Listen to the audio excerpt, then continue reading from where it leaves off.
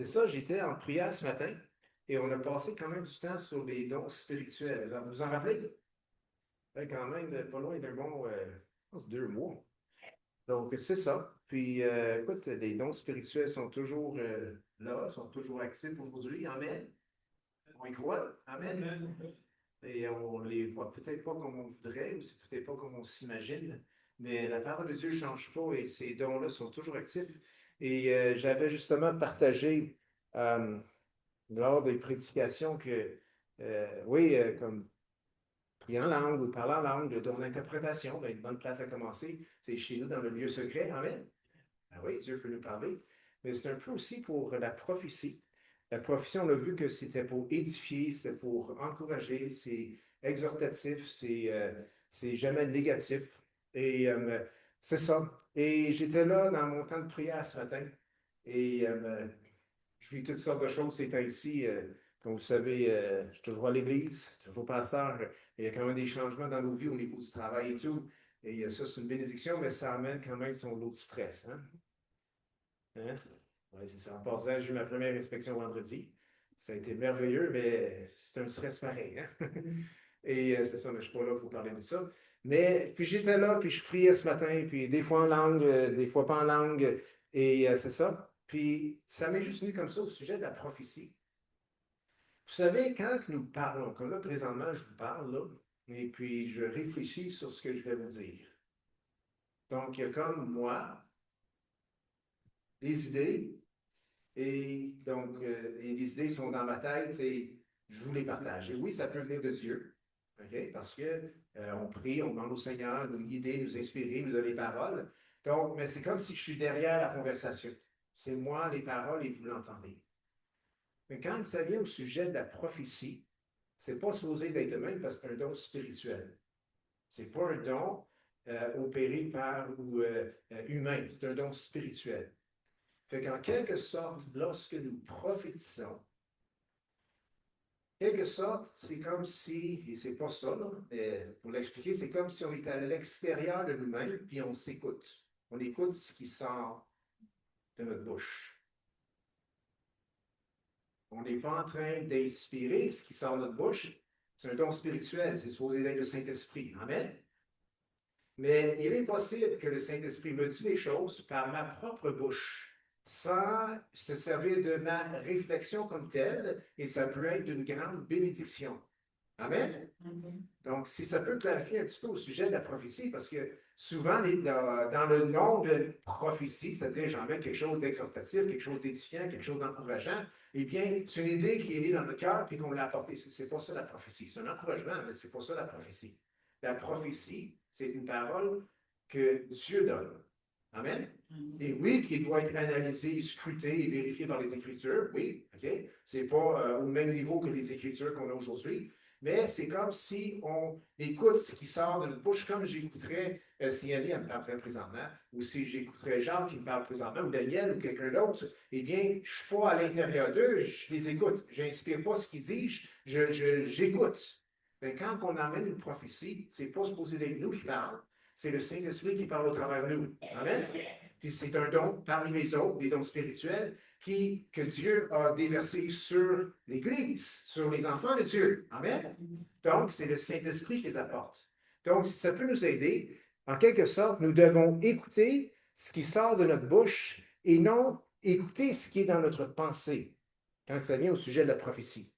On écoute ce qui sort de notre bouche et non ce qui est dans notre pensée. Que ce soit pour quelqu'un d'autre, que ce soit pour nous-mêmes, c'est toujours édifiant.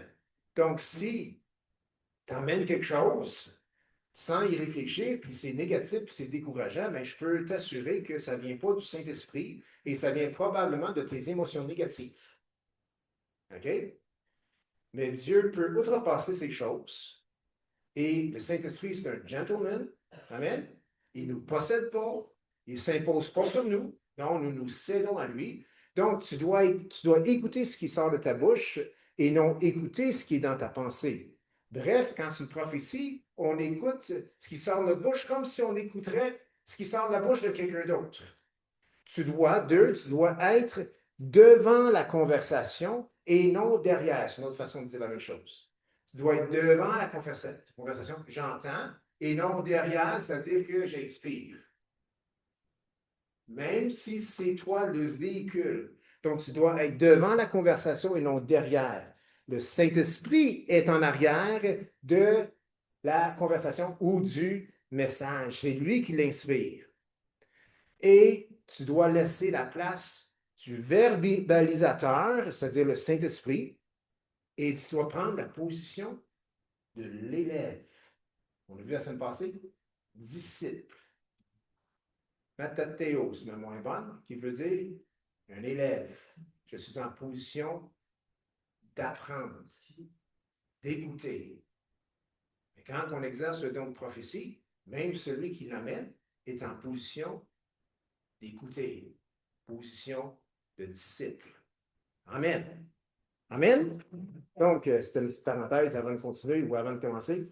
Donc, nous sommes toujours où un peu plus loin qu'on était la semaine passée, mais on regarde ensemble notre vision qui est instruire, grandir et produire une assemblée remplie de l'Esprit Saint, marchant par la foi en la parole de Dieu. Je prends de l'eau parce que la voix a besoin d'eau. Désolé, mais l'eau, c'est bon. Vous savez, j'ai demandé au Seigneur un moment donné, parce que, comme j'ai déjà partagé, je suis un amateur du café, j'aime ça le café. Et là, ça fait 2-3 semaines que j'en prends plus, là, parce que, je sais pas, on dirait que ça affectait ma gorge. Et puis, mais un jour, j'avais demandé au Seigneur, Seigneur, parce que j'ai toujours voulu m'en débarrasser du café. Tu sais, bien que j'en prenais pas énorme, une tasse, 2 tasses par jour, des fois 3. Mais c'est une drogue pareille. Avouons-le, c'est une drogue pareille. Drogue douce, là. Ah oui, puis on trouve tous les bienfaits là-dedans, ça donne plus d'attention, puis c'est ça, ouais, c'est une drogue pareille. Mais je le sais, c'est légitime, puis c'est quand même, c'est bon du café, c'est pas tout négatif. Puis si tu prends du café, ça ne veut pas dire que tu es un drogué. C'est pour ça que je suis en train de dire. Okay? Mais tu sais, tu sens que j'aime ce café-là, puis j'avais dit au Seigneur un jour, Seigneur, donne-moi de tomber en amour avec l'eau. Parce que l'eau, je le trouve partout dans les Écritures. Je suis un gars d'écriture, je suis un gars de la Bible. Hein. C'est partout dans les Écritures. Puis, je ne peux pas trouver café dans les Écritures, mais je peux trouver de l'eau. Puis, café, je sais qu'il y a de l'eau dedans, mais c'est plus de l'eau comme c'était. Hein? Puis, peut-être le Seigneur est juste en train de répondre à ma prière. Je bois de l'eau. Puis, c'est bon de l'eau. Amen? Bon, on va fermer cette parenthèse aussi. Instruire, grandir et produire une assemblée remplie de l'Esprit, marchant par la foi en la parole de Dieu, c'est notre vision ou notre stratégie d'accomplir la mission que Jésus nous a donnée, c'est-à-dire de faire des disciples de toutes les nations, les enseignants dans ses voies. Amen? On a vu la semaine passée la définition de grandir. Est-ce quelqu'un qui peut me le répéter? La définition qu'on a établie pour grandir? Oui. Merci, Laurie. C'est ça, Laurie? Wow. Je ne vais pas dire ton nom, c'est sur lui. Oui, de mettre en pratique ce que nous avons appris. Bonne mémoire. C'est peut-être dans son téléphone. Bonne mémoire. Il y a d'autres qui ont des papiers. C'est correct, c'est correct. Parce que pour mettre en pratique ce qu'on a appris, il faut l'avoir retenu. Amen? Good, OK. Une autre manière de le dire, c'est que c'est le processus de croissance spirituelle par lequel nous devenons de plus en plus semblables à Jésus-Christ. C'est le processus de croissance spirituelle par lequel nous devenons de plus en plus semblables à Jésus. Nous ne pouvons pas faire cela si on ne met pas en pratique ce que nous avons appris. Amen?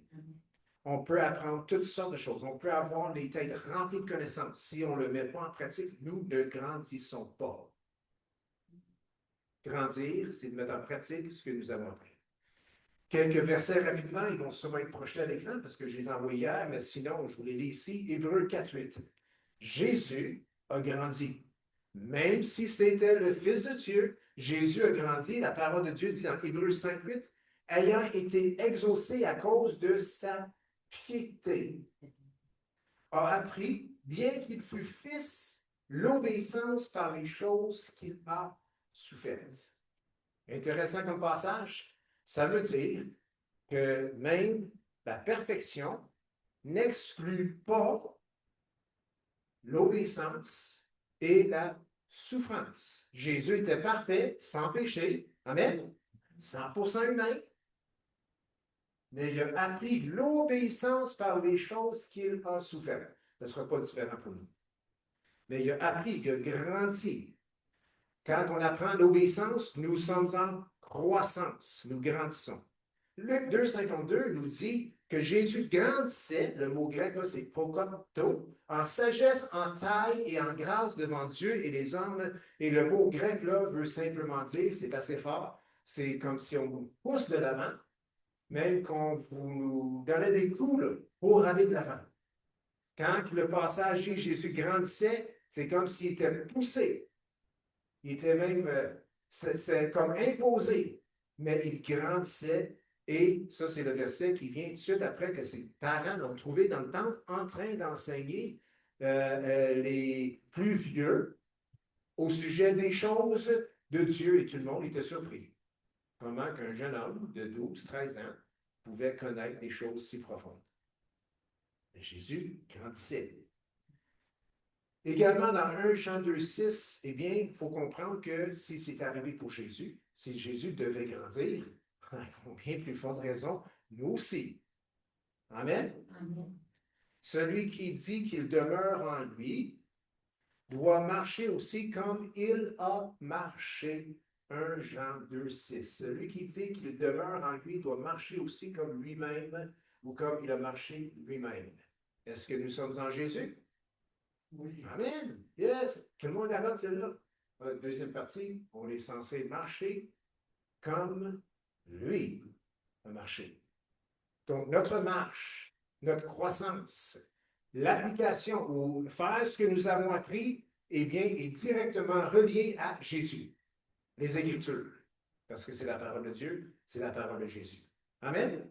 Amen. Pourquoi est-ce que nous pouvons grandir? Eh bien, nous pouvons grandir comme Jésus a grandi, tout simplement parce que Jésus a passé par la croix.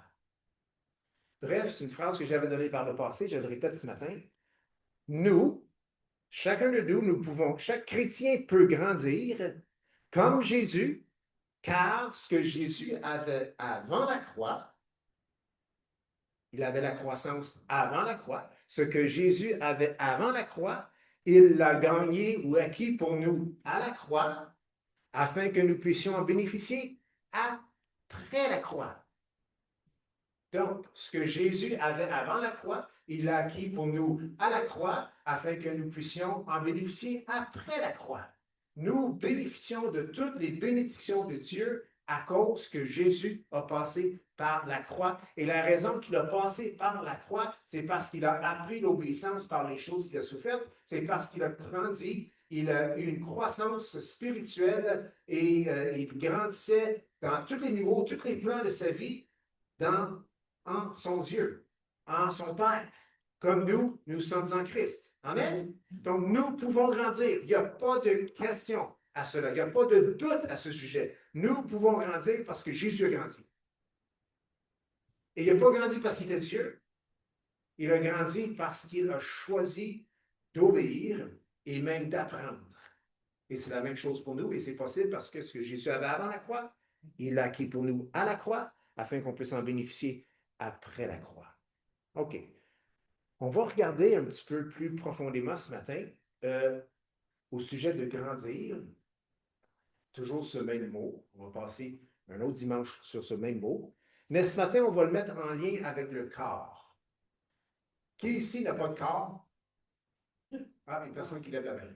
Super. Juste ceux qui n'ont pas de corps qui lèvent la main, puis ils ne sont pas visibles. Bon, regarde, parce que tout le monde a un corps. Amen? C-O-R-P-S. Maintenant, chaque personne rassemblée ici fait partie aussi du corps. Et ce corps, c'est l'Église, c'est le Seigneur Jésus. OK. Question pas juste internationale, historique. Il y a un corps. C'est le rassemblement de tous les enfants de Dieu. OK? Donc, il y a des gens qui sont membres du corps qui ne sont pas vivants aujourd'hui. Tous ceux morts en Jésus font partie du corps. Et Dieu va rassembler son corps entier lorsqu'il reviendra. Mais présentement, eh bien, les chrétiens qui sont vivants font aussi partie du corps. Et plus spécifiquement, chaque personne assise en ce lieu fait partie d'un corps local. Fait partie d'un corps local. Il y a peut-être 27, 32 corps ici ce matin. OK? Dans le bâtiment complet, peut-être 35. C'est des corps. On vient tout au monde avec un corps. Et on aime ça quand le corps fonctionne bien. Amen? Bien, Jésus veut que son corps local fonctionne bien aussi. Aussi bien, si pas mieux, que chacun de nos corps. La semaine passée, on avait dit on peut vivre, pas de la dissociation, mais la dispersion. C'est quoi le mot que j'ai pris? Joey l'a mentionné tantôt. La dissociation, non, c'est entre l'éparpillement, là, OK? Pardon? Pardon? Dispersion, oui, c'est quelque chose comme ça. Mais, on vit la dispersion, on vit le corps, et c'est le corps, puis tout le monde dit, oui, je fais partie du corps, mais le corps local, il y a de la misère, les besoins ne sont pas tous rencontrés, et ainsi de suite. Nous sommes un corps, et comme j'ai dit il y a 2 semaines, je sais, et je vous invite à y croire aussi, que tout ce dont nous avons besoin, pour bien fonctionner en tant que corps, en tant qu'Église locale, nous l'avons. Parce que Dieu nous l'a donné. Amen? Amen. Et ça se peut que, évidemment, premièrement, c'est certain que tu en fais partie, mais ça se peut que tu sois appelé à prendre part d'une manière plus intégrée, parce que le corps a besoin de toi pour fonctionner. Il y avait un chrétien un jour qui critiquait l'Église locale parce qu'elle était jaune. Il dit, moi, je ne vois jamais là, je ne suis pas capable d'endurer la couleur. Elle est jaune. Eh bien, il a découvert par la suite que lui, il était membre du corps et c'était le foie. Vous comprenez? L'église jaune, l'organe, la foi, c'est ça? L'église avait la jaunisse. Pourquoi que l'église avait la jaunisse? Ben, c'est parce qu'il manquait le foie. C'est ça. Puis ce qui critiquait l'église, c'est le foie. Tu ne m'en vas pas là, j'aime pas la couleur. Oui, mais c'est parce que si tu viendrais, la couleur changerait. Ben, c'est sûr. C'est parce que tu n'es pas là. Ah, il ne va pas là, ça ne fonctionne pas mal, ça fonctionne pas bien. Il n'y a rien qui dure. OK? Mais c'est parce que, est-ce que tu fais partie de la solution ou est-ce que tu fais partie du problème? C'est un peu ça, là. On apprécie-tu chaque doigt qu'on a sur nos mains, nos 2 oreilles chaque bord de la tête, nos 2 yeux dans les sockets? On en a-tu besoin, hein? Nos 2 jambes, nos pieds, chaque morceau de notre corps, chaque membre, chaque organe. Je veux dire, il y a certains organes, on peut s'en passer, comme l'appendice. Moi, là encore le mien, je suis où, là? Quelque part. On peut l'enlever, celle-là, sans trop, hein? On peut peut-être enlever des bouts de tripes, puis on peut survivre après, mais tu peux pas enlever le cœur, tu enlèves le foie, ça va pas bien. Enlève les 2 poumons, ben, il reste pas longtemps. Hein? On peut se couper une jambe, puis on peut survivre aussi, mais quelqu'un qui a une jambe coupée est limité. Hein? Courra peut-être pas le marathon. En tout cas, pas rapidement. Donc, le corps a besoin de tous ses membres.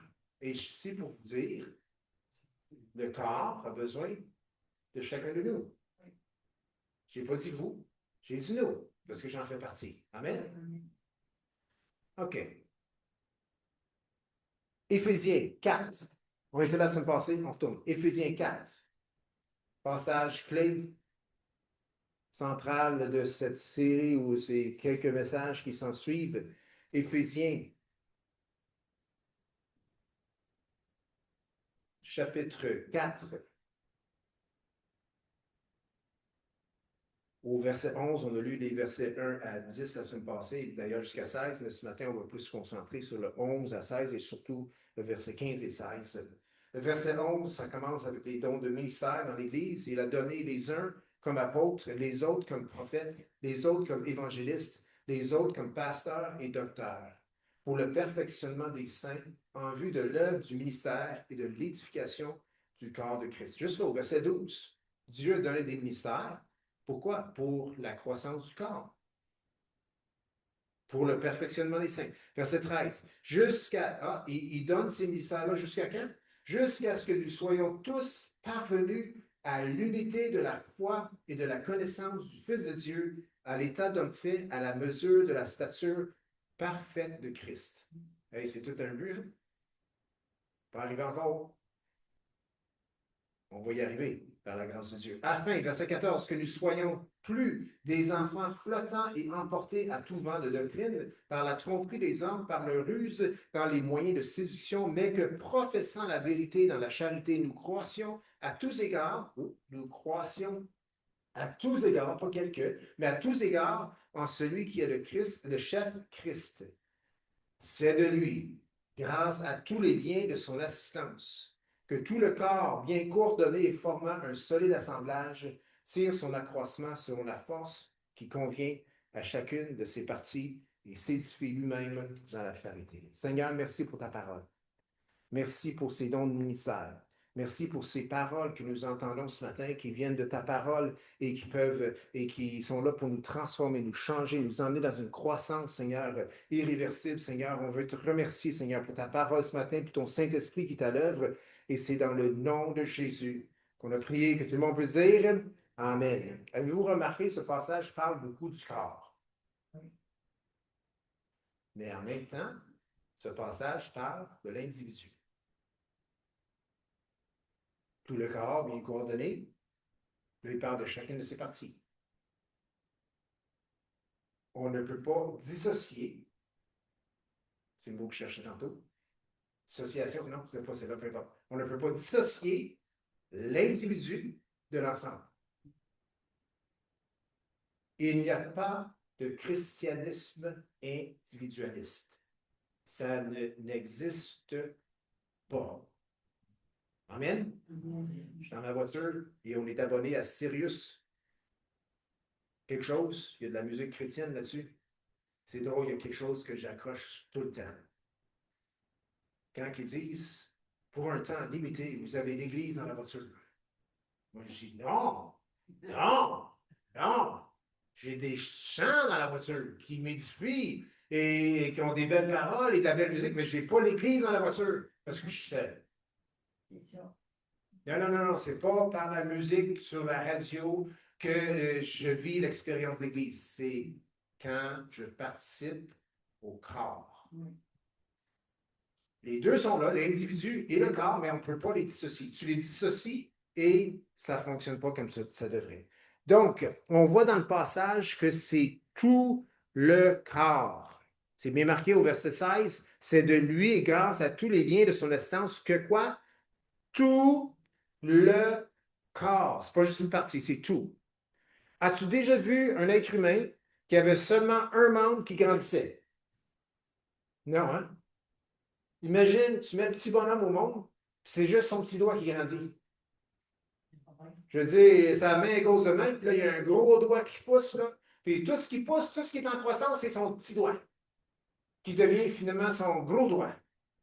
C'est pas supposé d'être de même. Puis il n'y a personne qui fait dans des accords avec ça. Ou, finalement, tu mets un enfant au monde, puis tout ce qui pousse, c'est sa jambe gauche. Mais ça non plus, ça ne marche pas, hein, parce que sa jambe va être longue quand même, son corps va finir ici, puis l'autre jambe elle arrive juste ici. Ne pourra pas fonctionner. C'est jamais comme ça. Illustration bien flagrante, bien banale, évidente, mais ce n'est pas comme ça que les choses marchent. Pourquoi est-ce que ça serait différent dans le corps de Christ, dans l'Église? Pourquoi est-ce qu'un grandit et pas l'autre?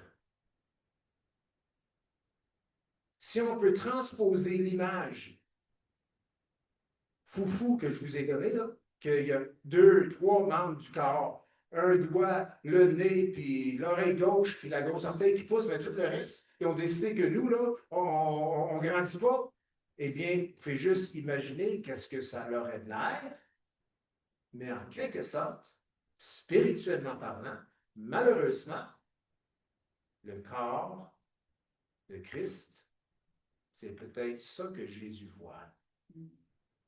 Est-ce qu'on veut qu'il voit ça? Non.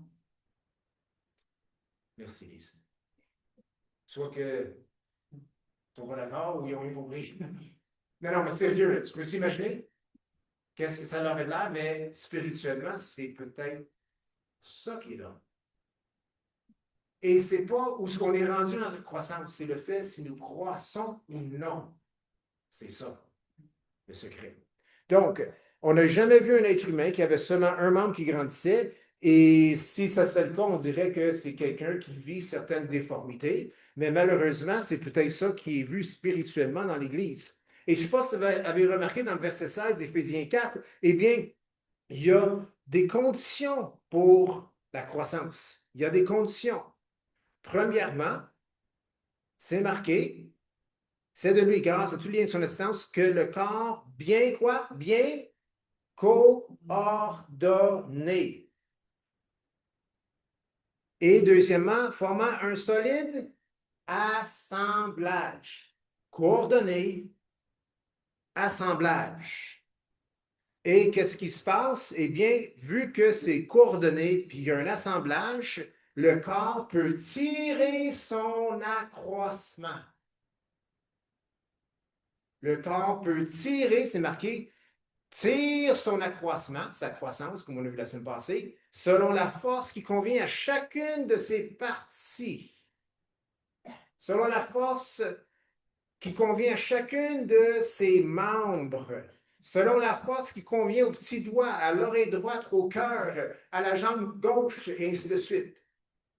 Mais on ne peut pas tirer son accroissement, le corps ne peut pas tirer son accroissement s'il n'y a pas de coordination et s'il n'y a pas un solide assemblage.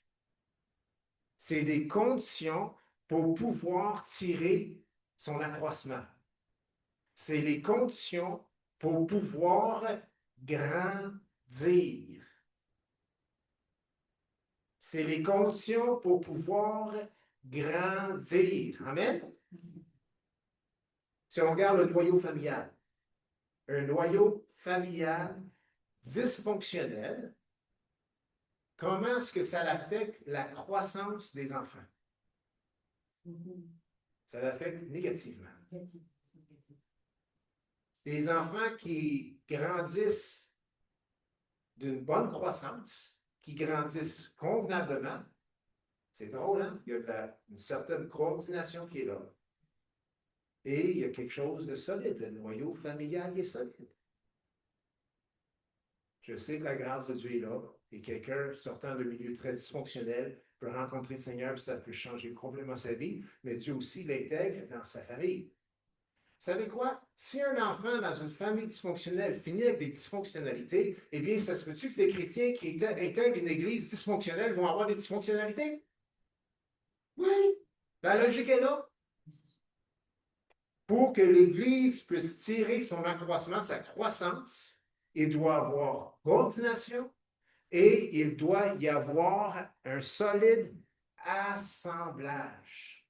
C'est deux choses. C'est les conditions pour la croissance. Quelqu'un qui a un corps non coordonné, si nous voyons quelqu'un qui réussit à pas à coordonner, qu'il est mature, il est adulte, la personne est adulte, eh bien, il ne peut pas coordonner ses membres, eh bien, c'est parce qu'il y a une maladie qui est là. Hein? D'ailleurs, un des signes de la dystrophie musculaire, c'est qu'on n'est pas capable justement de coordonner nos membres. Une Église qui ne peut pas coordonner ses membres, qui n'est pas bien coordonnée, eh bien, je m'excuse, mais en quelque part, il y a quelque chose qui ne fonctionne pas. Les membres, c'est pas moyen de les coordonner. C'est pas bon, ça. Ou s'il y a quelqu'un qui souffre de confusion, on a déjà vu ça, hein? Bien, quand tu souffres de confusion, eh bien, on dirait que tu ne peux plus te servir de ta tête. Tu es confus. Eh bien, c'est ça qui arrive lorsque un corps est déconnecté de la tête, qui est déconnecté de Jésus. C'est Jésus la tête. Amen. Mais Jésus dit que son corps, eh bien, pour tirer sa croissance de chacune de ses parties, eh bien, doit être bien coordonné et un solide assemblage. Et si ta famille est solidement assemblée, si ta famille individuelle est solidement assemblée, si ta famille est un solide assemblage, puis qu'il est bien coordonné, c'est parce que les parents ont fait leur part. Amen? Vous savez, si tu viens d'une famille dysfonctionnelle, tu sais, les parents n'ont pas fait leur part. Mais une famille fonctionnelle, les parents font leur part. Maintenant, je ne suis pas en train de dire ça pour pointer qui que ce soit du doigt, OK? Pour dire que ouais, ta famille n'est pas fonctionnelle, puis c'est ça. Non, non, wow, wow, wow, c'est pas ça que je dis du tout.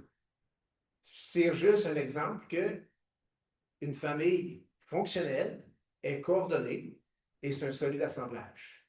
Dieu peut même intervenir par sa grâce auprès d'enfants qui viennent de milieux dysfonctionnels. Mais c'est juste parce que la grâce de Dieu est là, ce n'est pas une excuse pour les chrétiens d'avoir des familles dysfonctionnelles. Amen?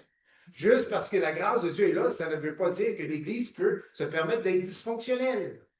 Amen? Nous sommes appelés à faire des disciples. On est appelés à faire des disciples de Jésus. Et ça, ce n'est pas supposé d'être des chrétiens dysfonctionnels. Donc, deux conditions. Coordination, solide assemblage. Le solide assemblage, on l'a vu la semaine passée, ça vient de, c'est d'être instruit. Quand Dieu nous instruit, quand la parole de Dieu parle d'instruire, eh bien, l'idée derrière, c'est que ça crée, ça emmène des choses ensemble. Ça crée quelque chose de solide. Donc, évidemment, ce qu'on entend qui vient de la parole de Dieu, eh bien, il va faire en sorte qu'il y a quelque chose qui est solide parmi nous. Mais en même temps, l'Église doit aussi se coordonner. Donc, il y a la coordination, il y a l'assemblage, deux conditions pour une Église qui est fonctionnelle.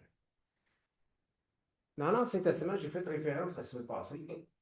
Il y avait une période historique où est-ce que les Juifs étaient revenus, le peuple de Dieu était revenu de l'exil. Ils n'ont pas été des bons enfants et Dieu les a exclus, ils les a mis dehors de leur pays et ils sont revenus. Mais même après leur retour, ils ont vécu des moments de découragement, de dysfonctionnement.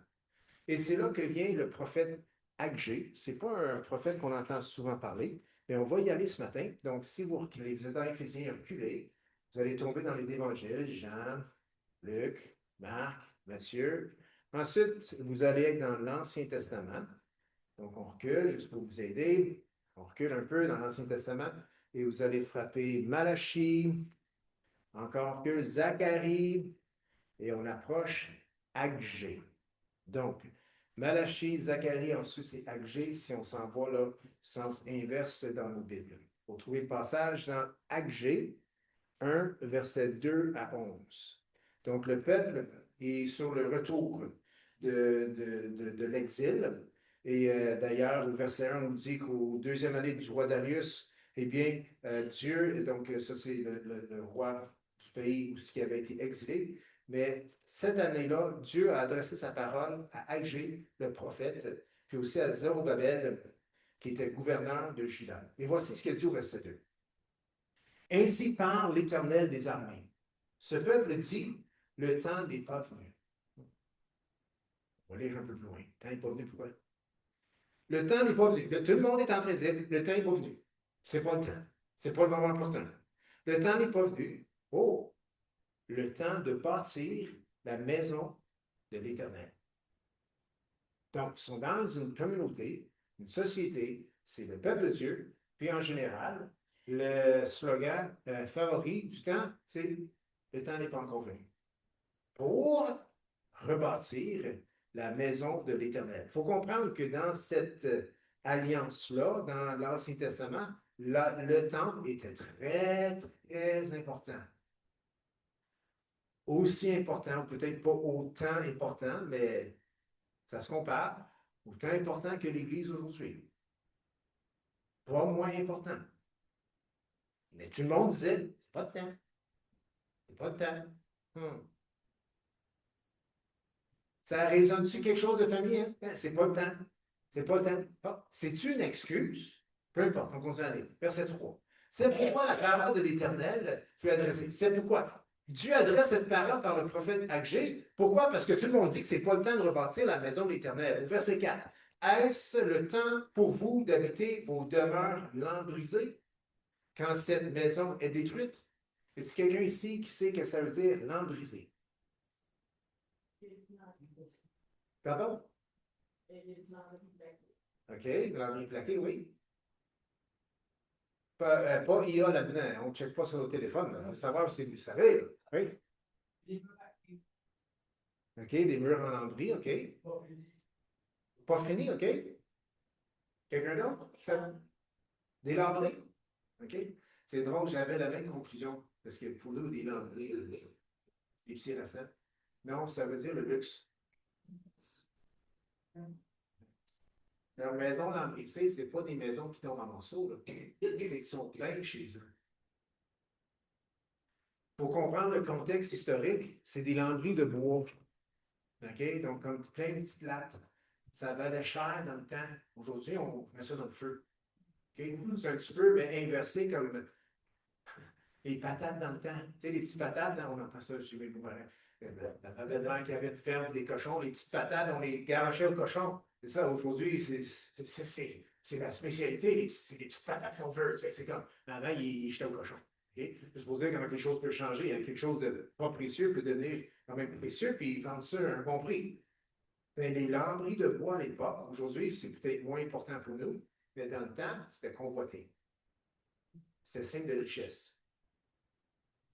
Donc, quand il dit vos maisons lambrisées, peut-être c'est parce que c'est brisé, on pense que c'est tout brisé, ça tombe ça. C'est pas ça du tout. Non, non, non. Eux autres, ils vivent bien, là. Ils ont mis le temps nécessaire pour se bâtir des maisons. Leurs maisons lambrisées, là, c'est des petites cathédrales. Là. C'est des petits endroits où ils sont bien. OK? C'est intéressant, ça. Dans le fond, le contexte, c'est ça, le reproche le peuple de Dieu, qui est de retour de l'exil, de se consacrer au confort et au luxe de leur propre foyer. Alors que le temple de Dieu, la maison de l'Éternel, est laissé à l'abandon. C'est ça l'histoire ici. Verset 5. Ainsi parle maintenant l'Éternel des armées, considérez attentivement vos voix. Vous semez beaucoup et vous recueillez peu. Vous mangez, vous n'êtes pas rassasiés. Vous buvez, vous n'êtes pas désaltérés. Oui, désaltérés. Vous êtes vêtus et vous n'avez pas chaud. Le salaire de celui qui gagne, qui est à gage, tombe dans un sac percé.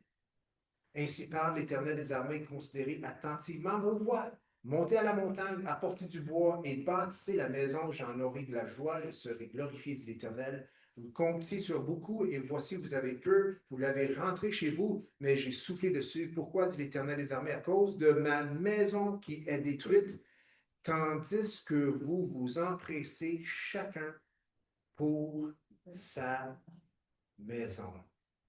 Ah ben, ça a l'air que vivre pour soi-même, ça ne date pas de notre ère, l'histoire. Ça a l'air que même eux, à cette époque-là, quelques centaines d'années avant Jésus-Christ, chacun vivait pour soi, puis négligeait la maison de Dieu. Et les conséquences sont là. Quand tu sèmes, tu attends à une récolte. Les autres semaines, il n'y a pas de récolte.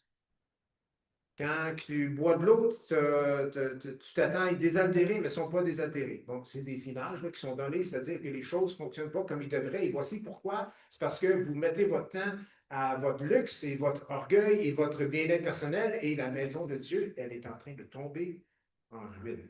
Elle est en ruine, tout simplement. Donc, demeure lambrisée, dans le fond, c'est des petits palais. Et la maison de Dieu, on n'en prend pas soin. Et la portée morale, ce n'est pas les lambris en soi qui sont condamnés. Dieu n'est pas en train de dire que hey, vos maisons, c'est un péché, puis c'est ça. Non, non, il n'est pas en train de dire ça. Ce n'est pas les lambris ou leurs maisons en soi qui sont condamnés, c'est plutôt l'égoïsme et la mauvaise répartition des priorités. C'est plus ça notre problème, là. C'est que leurs priorités ne sont pas à bonne place. Hey, ça amène-tu l'idée bien coordonnée? Leurs priorités sont pas à la bonne place. Le peuple qui n'est pas bien coordonné, qu'est-ce qui arrive? Les choses de Dieu prennent la débarque. Et Dieu ne veut pas ça. Il dit, si vous vous occupez de ma maison, je vais bénir le peuple. Amen? Donc, ce n'est pas les lambris en soi qui sont condamnés, mais l'égoïsme et la mauvaise répartition des priorités. Dans la Bible, habiter des demeures lambrisées va au-delà du simple confort. C'est une image littéraire et spirituelle forte qui illustre le matérialisme, la recherche de prestige et l'oubli des priorités spirituelles au profit du bien-être personnel. Je répète. Dans la Bible, habiter des demeures lambrisées va au-delà du simple confort. C'est une image littéraire et spirituelle forte qui illustre le matérialisme, la recherche de prestige et l'oubli des priorités spirituelles au profit du bien-être personnel. Que veut dire tout cela aujourd'hui? OK, question pour vous. Où est la maison de Dieu aujourd'hui?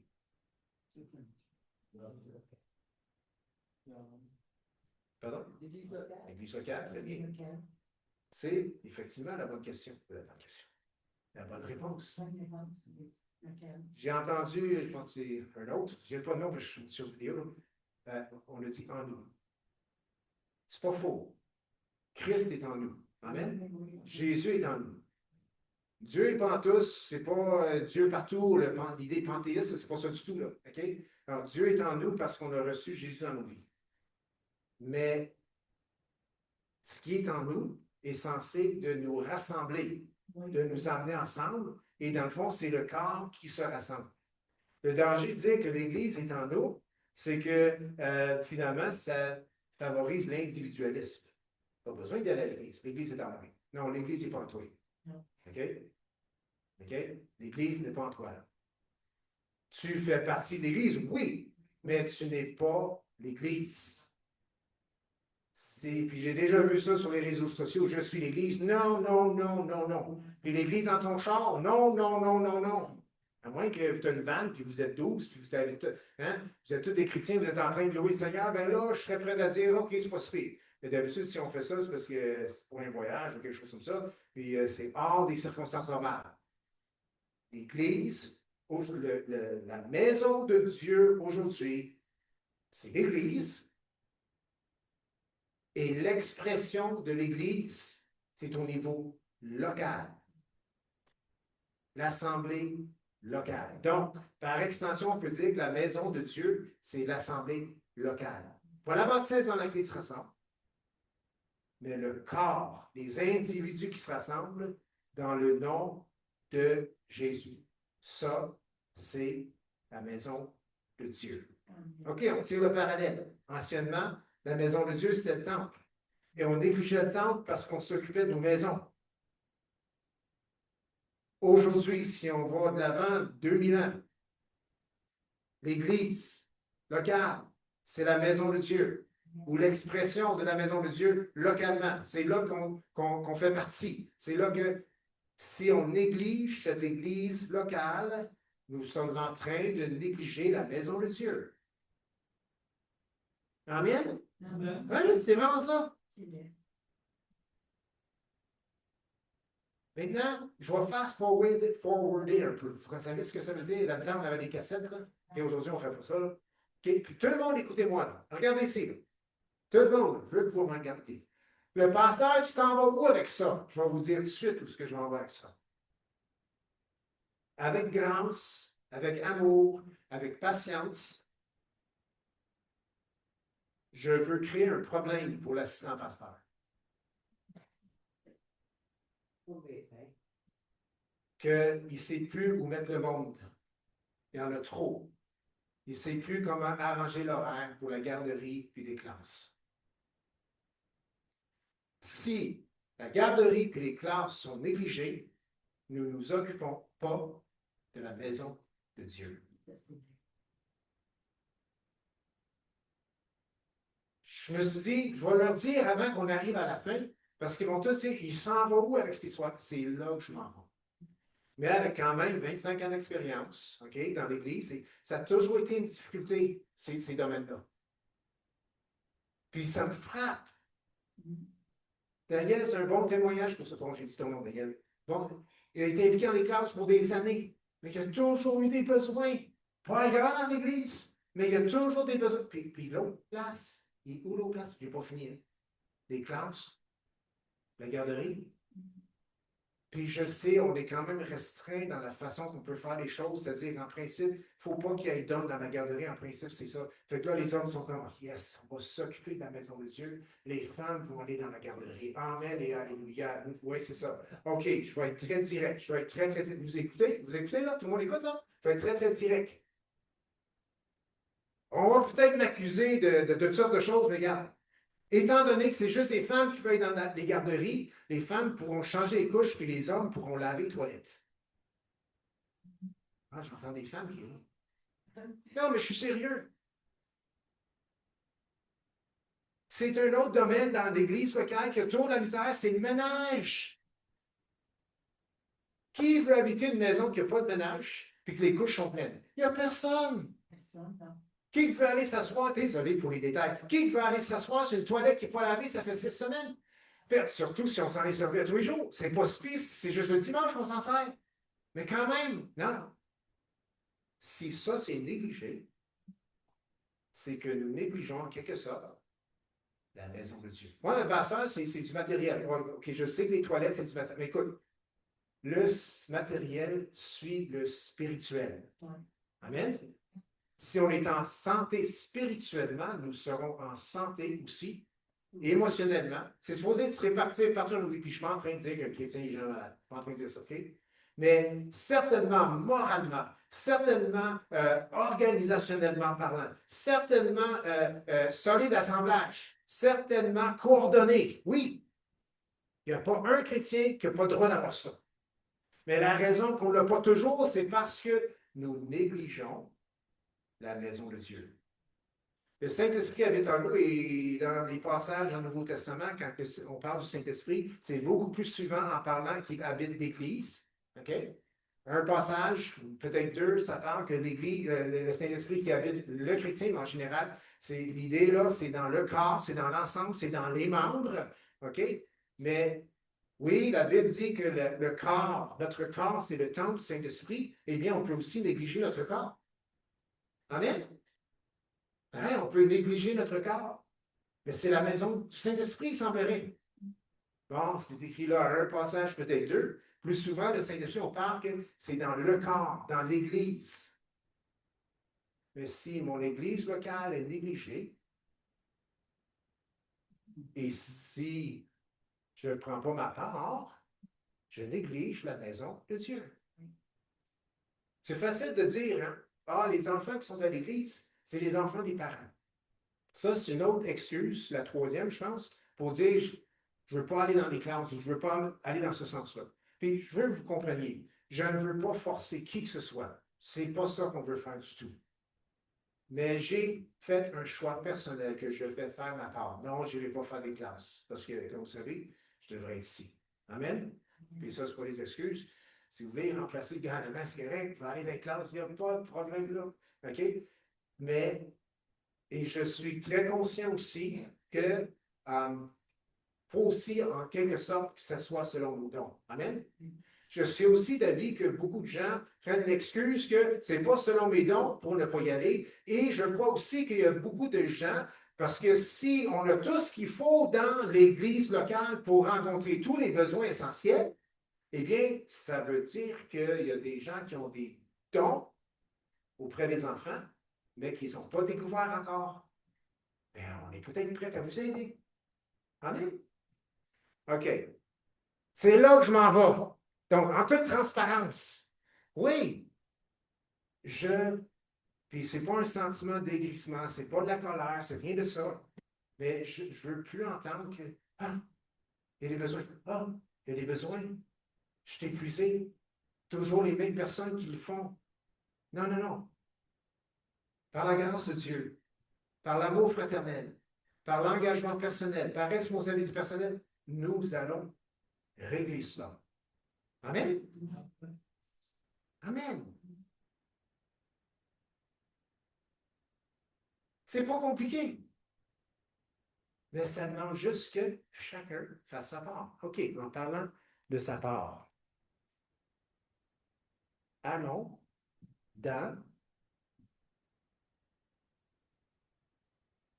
il va falloir que je vous dise par cœur, parce que ça a l'air que je ne l'ai pas écrit. Mais c'est quoi que c'est dans Éphésiens, mais je ne suis pas sûr. Où ce que ça parle, il y a deux endroits où ce que ça mentionne que chacun porte son fardeau. Ça, c'est marqué. Si quelqu'un peut me trouver, si vous voulez aller sur vos téléphones, vous pouvez y aller. Que chacun, si vous me rentrez que chacun porte son fardeau, ça va sortir. Je ne sais pas pourquoi je ne l'ai pas lu. Pardon? Galate? Ah, c'est ça. Il dit Éphésiens, mais c'est soit Galate ou Éphésiens. Galate 6.5, merci ma soeur. Galate 6.5, ça parle de fardeau. Un autre terme, responsabilité. Notre part. Galate 6.5. C'est écrit, car chacun portera son propre fardeau. Verset 4, on lit en envers. Que chacun examine ses propres œuvres, alors il sera sujet de se glorifier pour lui seul, et non par rapport à autrui, car chacun portera son propre fardeau. OK. Si on va au verset 2, portez les fardeaux les uns des autres, et vous accomplirez ainsi la loi de Christ. Mais voyons là.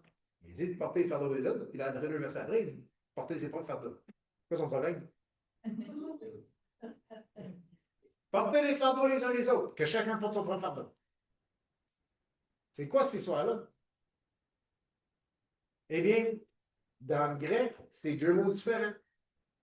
Le premier fardeau, c'est quelque chose qui peut-être arrive soudainement, quelque chose qui est au-delà de la capacité individuelle de supporter. OK?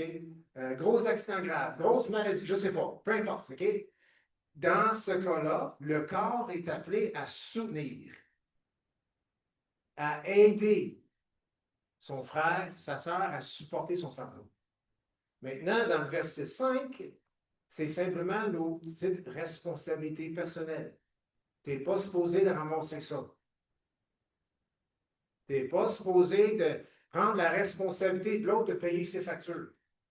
Non, non, non, ça, c'est un fardeau que chacun doit porter lui-même. Amen? Maintenant, si quelqu'un tombe extrêmement grave ou malade ou peu importe, puis là, il y a un besoin financier, bien, ça se pourrait que, comme on dit en anglais, everybody pitches in, que tout le monde donne peut-être une offrande, quelque chose pour venir en aide, bien que ça ne sera peut-être même pas assez, mais vu que la situation elle est très extrême et grave, eh bien, on a partagé ce fardeau-là. Mais en général, si tu n'es pas capable de payer tes factures, soit tu vis au-delà de tes moyens, puis il faudrait changer des choses, mais ça, c'est ton propre fardeau, puis les autres ne sont pas supposés prendre cela. Là, ben, on peut étendre cette illustration-là pour tous les domaines de nos vies. Mais quand ça vient pour notre Église locale, la maison de Dieu aujourd'hui,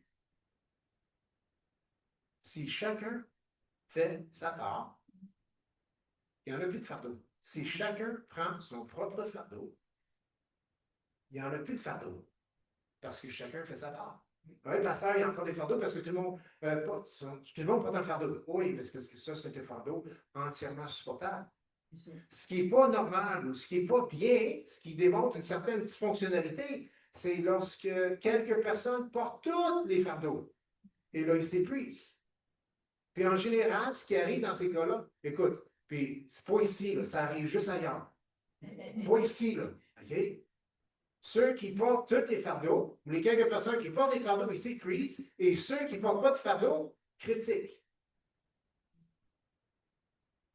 Puis ça, là, c'est comme, je ne sais pas si on le voit, là. Oui, j'ai déjà été un critique aussi dans la vie, OK? Mais je ne sais pas si on le voit, là, mais quand tu n'es pas dedans, là, puis quand tu ne fais pas ta part, là, OK, tu ne sais même pas ce qui se passe. Puis tes critiques ne sont même pas raisonnables. Puis s'il y a des manques dans ton Église, eh bien, ça se pourrait que c'est parce que toi, tu ne portes pas ton propre fardeau face à ton Église locale, face à la maison de Dieu à laquelle tu participes. Je sais que c'est terre à terre, mais my. Pourquoi que c'est si terre à terre puis que c'est si difficile à accomplir? Qu'est-ce qu'on faisait? Juste une question de ça vous coûte combien d'assurance par année? Vous ne voulez pas calculer, hein? Il y a de ça, cher, c'est ça. Cher, trop cher. Maintenant, ce n'est pas pour pointer du doigt quelqu'un qui travaille en assurance. Et chaque fois qu'on parle de ça, on dirait que les yeux, ils s'en vont en arrière. C'est ça. C'est pas de sa faute que ça coûte si cher que ça. Ça a l'air que c'est sa faute à Dieu. Il a envoyé des tornades, des inondations, puis tout coûte cher. Mais non, c'est pas ça non plus. parce que ça coûte cher. Comme disait un de mes profs, c'est comme ça. C'est comme ça. Ben, qu'est-ce que tu veux qu'on fasse? Rien à faire. Ben oui, puis là, on dit, ben, regarde, on ne s'assurera pas. Là, on dit, ben, c'est illégal. Tu n'as pas le choix de t'assurer. Ah, OK, il faut que je m'assure. OK, bon. C'est comme ça. OK. Où je m'en vais avec ça? Ah oui. Si on recule de 200 ans, ça coûtait combien de l'assurance? Je pense pas qu'il y en avait. Hein? Hey, notre frère, il aurait plus de job. C'est une job des temps modernes, ça, l'histoire d'assurance. Et c'est quoi l'histoire d'assurance? C'est finalement de porter les uns les autres, de partager le fardeau. C'est un peu ça. Si malheur arrive à un, tout le monde a cotisé un petit peu, puis c'est pas ça? En fait, l'assurance avant, c'était collectif. Était collectif, puis aujourd'hui? La collectivité portait le dommage. C'est ça. C'est pas ça aujourd'hui? Aujourd'hui, c'est pas la collectivité, c'est pas la. C'est ça. Maintenant, si quelqu'un du village passe au feu, tout le monde, nous arrivons ensemble pour payer, c'est une responsabilité collective. C'est ça. Donc, tout le monde faisait sa part. Si on recule encore plus, c'est tout le monde sortait leur marteau, leur pic, puis leur hache, leur. Peut-être qu'il n'y avait pas de chainsaw dans le temps, là. Puis on allait couper les arbres, on faisait le bois, puis on bâtissait la grange.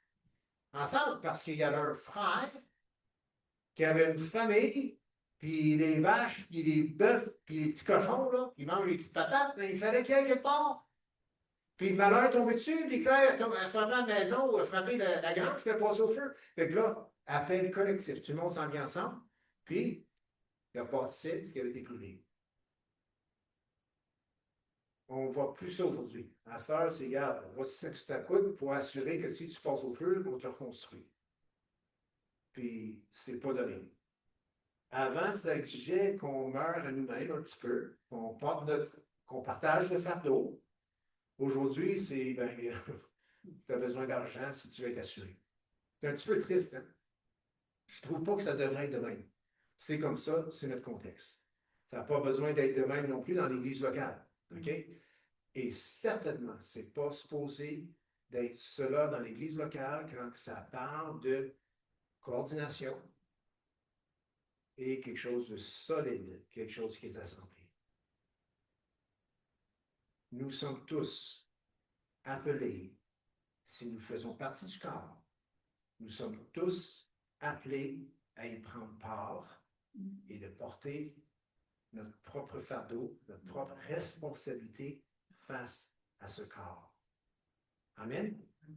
Si on dit non, non, non, non, c'est pas pour moi, soit tu es en train de dire que tu n'es pas partie du corps, ou tu es en train de dire je suis un membre rebelle qui ne veut rien savoir, ou peut-être tu es juste tout simplement dans un manque de connaissances. On est là pour ça aussi. Mais quand j'ai un membre qui ne fonctionne pas, c'est vraiment mal commode. Et les autres membres de mon corps doivent compenser. Vous avez déjà eu ça, hein? Des fois, c'est un mal de genou. Là, ça finit dans le dos. Puis, des fois, le médecin, ce qu'il va faire, c'est qu'il va donner une piqûre dans le genou pour que tu marches droite. C'est parce que tu as mal dans ton genou gauche que finalement, tu as mal dans le dos parce qu'il y a ailleurs dans le corps qui compense tout le temps, puis ça crée un autre mal. Ça fait que si on enlève le mal, puis finalement, tu vas marcher normalement, bien, les choses vont se replacer. Ça se fait. Des fois, ils font ça. Mais c'est juste pour dire que quand il y a un membre qui ne fonctionne pas bien, ça se répercute ailleurs. Et la triste réalité là-dedans, c'est qu'il peut y avoir des membres qui ne font pas ce qu'ils font dans le corps, dans l'église locale, et ils ne savent même pas comment ça se répercute ailleurs. Et ça, c'est malheureusement de l'insensibilité, ou encore manque de communication, peut-être manque de coordination. Mais Dieu est bon. Amen. Et comme j'ai dit tantôt, je ne suis pas là avec un brick et un fanal pour frapper sur la tête de personne. Mais j'ai choisi de prendre ma part en tant que pasteur dans cette situation. La plupart du temps, je dis des choses en avant, puis on n'en parle pas trop après parce que j'ai dit, ils l'ont reçu, ils vont aller dans la prière, puis ils vont répondre. Puis oui, des fois les réponses, mais pas pour les besoins que j'ai énumérés tantôt. Ma part du fardeau, je vais demander personnellement, en tant que pasteur, à des gens, leur inviter personnellement à aller dans la prière avec ces besoins-là. et leur demander et leur dire, moi, je crois que tu as une part là-dedans. Je ne peux pas te forcer, je ne peux pas te l'imposer. Et je crois même que tu as peut-être certains dons dans ces domaines. Mais je veux que tu ailles dans la prière parce que les besoins sont là et tu fais partie du corps. Fait que si je vous demande quelque chose personnellement, c'est parce que je suis en train d'honorer le fait que vous faites partie ou tu fais partie du corps. Ça, c'est bon, amen? Puis on a tout ce qu'il nous faut bien fonctionner. Amen? Et pourquoi je mets l'accent sur les classes? Pourquoi je mets l'accent sur le ménage? Parce que je trouve que ça reflète la famille, la maison. Quand on est chez nous, là, puis si on tire l'exemple avec les maisons brisées, là, OK? Personne ne veut vivre dans une maison qui n'est pas propre, qui n'est pas hygiénique, et puis personne non plus veut vivre dans un désordre total dans la maison. Et personne non plus, il n'y a pas un enfant qui ne veut pas qu'on s'occupe de lui. Amen? Même chose à l'Église. Il faut s'occuper de nos enfants. Et il faut s'occuper de notre place. Amen? Donc, si dans les prochains, parce que je me donne l'été, si dans les prochaines semaines, vous avez une petite visite puis une petite demande, eh bien, déjà, vous pouvez aller dans la prière, déjà dès aujourd'hui. C'est quoi ma part envers mon Église locale? Puis vous savez, on ne peut pas non plus dire, OK, c'est quoi que tu as à cœur, c'est quoi que tu as à cœur, c'est quoi que tu as à cœur. Ça, c'est le secret parfait pour la décoordination. Maintenant, on a une vision. On sait les besoins. On doit rencontrer ces besoins-là avant de faire plus parce qu'on va juste s'épuiser. Puis on ne rencontrera pas nos responsabilités de base qui sont nos enfants. Comme on l'a souvent dit, les enfants, c'est quoi? C'est l'Église d'aujourd'hui. C'est les pasteurs, les leaders de demain. Amen? Puis si l'Église ne s'occupe pas d'eux, ils vont tout simplement arriver à la conclusion que j'en faisais pas partie. Mais on va s'en occuper. Amen? Venez les musiciens. On va terminer avec un chant. Et on va terminer aussi avec la prière. Seigneur, je veux te dire merci. Parce que toi, Seigneur, tu ne fais jamais. On va se faire ensemble, devant-nous. Tu ne te trompes jamais. Puis Seigneur, si nous sommes ici ce matin, rassemblés en ce lieu, si nous avons entendu ce qui a été dit, Seigneur, toi, dans ta souveraineté et ta grâce et ton grand amour, eh bien, on est ici ce matin et pas pour rien. Seigneur, je veux te dire merci pour chaque frère, chaque sœur.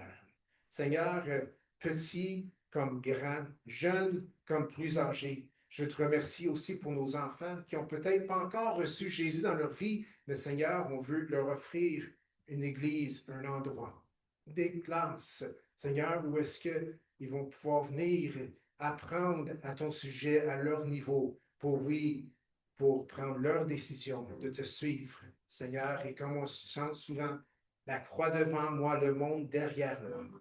Seigneur, on ne veut pas juste pour nous. On le veut, Seigneur, pour toute la famille. On le veut, Seigneur, pour toute l'Église, pour toute notre Église locale, Seigneur, que nous disons qu'on aime. Et c'est vrai, Seigneur, nous l'aimons, cette Église. Et Seigneur, lorsqu'on dit qu'on aime notre Église, c'est parce qu'on aime les gens qui le fréquentent, Seigneur.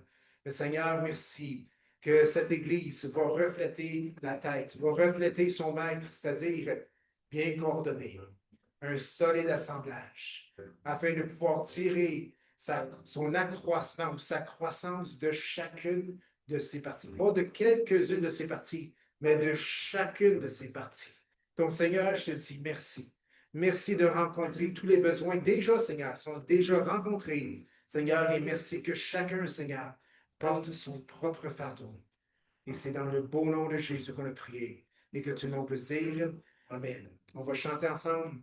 Si vous voulez qu'on prie, que nous prions pour vous ce matin, on est là pour vous. Gênez-vous pas. La prière, on l'offre toujours à la fin. Merci Seigneur. Chantons ensemble.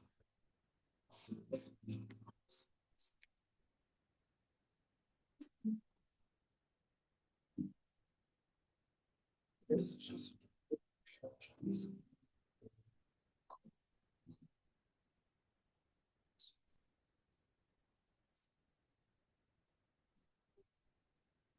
Nous sommes dans un lieu d'amour.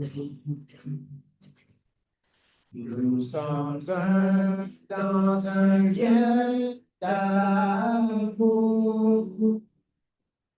notre esprit est uni avec l'Esprit de Dieu.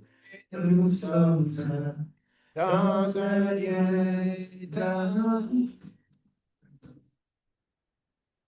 Nous sommes un dans un lien d'amour. Nous sommes un dans un lien d'amour. Notre esprit est uni avec l'Esprit de Dieu. Nous sommes un dans un lien d'amour. Maintenant, chantons tous ensemble. Et que son amour se répande. Le monde nous attendra, et le monde verra que nous sommes un dans un lien d'amour. Nous sommes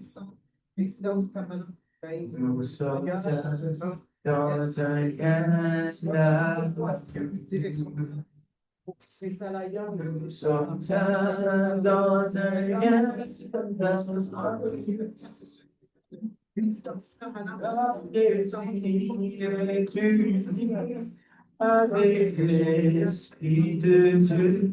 Nous sommes dans un lien d'amour. Maintenant,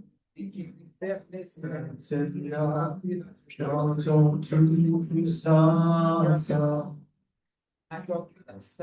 Et que son amour se répand. Et mon s'attendra,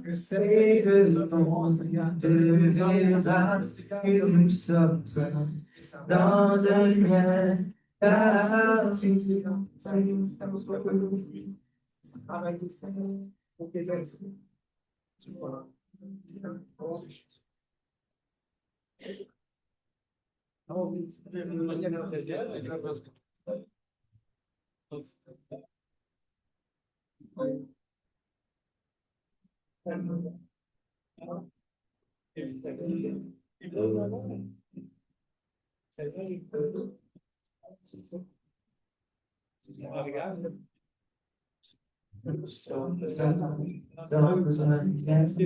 verra que nous sommes dans un lien d'amour. Nous sommes dans un lien d'amour.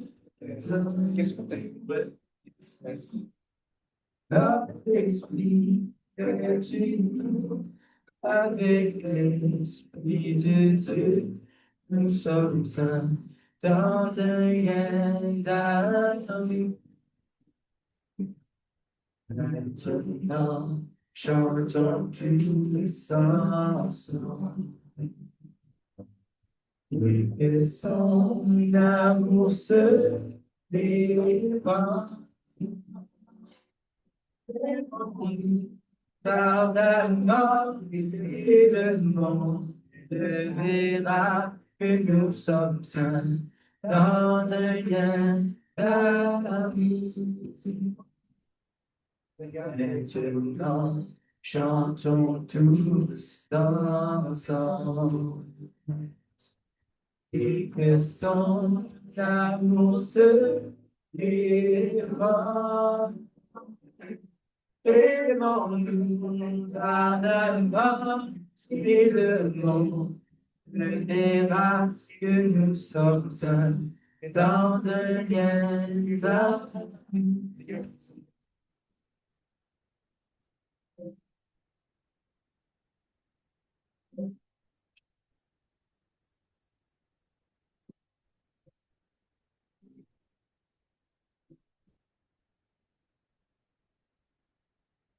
Dans un lien d'amour. Sommes dans un lien d'amour. Notre esprit est uni avec l'Esprit Esprit de Dieu, nous sommes un dans un lien d'amour.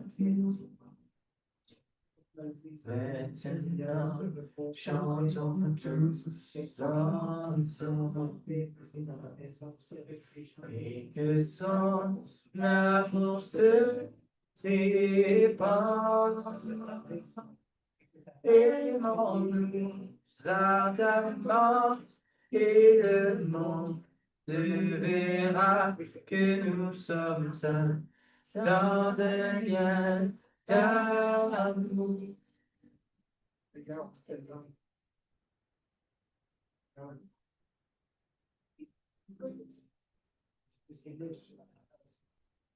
Maintenant, chantons tous ensemble. Et que son amour se répande. Aimons-nous ardemment, et le monde verra que nous sommes un dans un lien d'amour. Notre esprit est uni avec l'Esprit de Dieu. Nous sommes un dans un lien d'amour. Notre esprit est uni avec l'Esprit de Dieu. Nous sommes un dans un lien d'amour. Amen. Amen. Est-ce que vous avez vu ce qu'on vient de chanter? C'était pas arrangé, hein? Non, c'était vraiment pas arrangé. Là, c'est le Saint-Esprit. Amen. Ils ont eu à cœur ce chant-là pour emmener ce matin. Puis je trouve que ça reflète vraiment ce qu'on a entendu. Que Dieu vous bénisse. Bonne semaine, bon café.